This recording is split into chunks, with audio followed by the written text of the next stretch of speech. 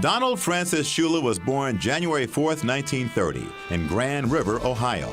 Football got into his blood early. After playing at John Carroll University, Shula carved out a 7-year career as an NFL player. That's it. It was in coaching where he made his mark. When you get through, turn it on. Shula was just 33 when he was hired to coach the Baltimore Colts.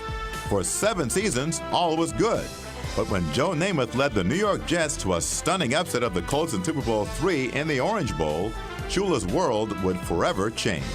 Well, that was the game that I was very embarrassed about. Our football team was embarrassed.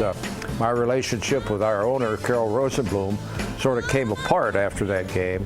I ended up coaching there one more year, but it was never the same. Shula would be hired by Dolphins owner Joe Robbie in 1970, and the franchise would never be the same. The young coach promptly demanded perfection. Hold up, what's wrong with our snap count? Back in a huddle. It was a fight every day for every one of us. And he never tired. You know, everybody said he was this, he was that. He was possessed. He was like some kind of evil spirit that had endless energy. Soon, the Dolphins would be perfect, going 17-0 in 1972, a record which still stands as the NFL's only perfect season. It took 4 decades, but Shula and his legendary team finally got honored with a trip to the White House. The Dolphin dynasty won back-to-back championships by methodically grinding it out. This is the Vince Lombardi Trophy for the winner of the Super Bowl. But when the Dolphins drafted Dan Marino in 1983, all of that changed. The most competitive player that I think that's ever lined up in the National Football League. That's what made this guy so great. He wanted to win, and he would do everything that he could to help you win the football game. With the most gifted passer in the NFL, Shula turned the Dolphins into an aerial show. They reached the Super Bowl following the 1984 season, but lost to San Francisco, one of Shula's 4 Super Bowl defeats. His 6 Super Bowl appearances are the most of any coach, and so are his 347 wins.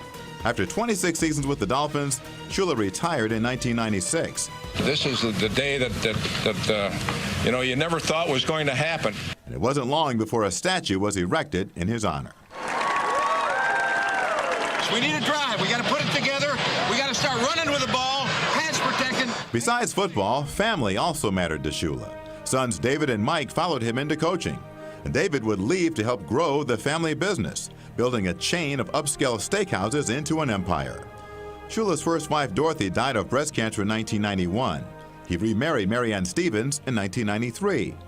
Shula loved family, but he lived football. As former coach Bum Phillips once said, Shula could take Hidden and beat Yorn, and Yorn and beat Hidden. The ultimate compliment for the ultimate coach. Shula comfortably would settle into the role of elder statesman.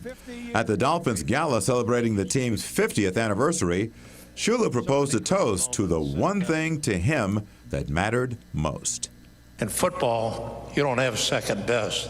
They don't talk about being second best. They talk about winners. Here's a toast to the winners.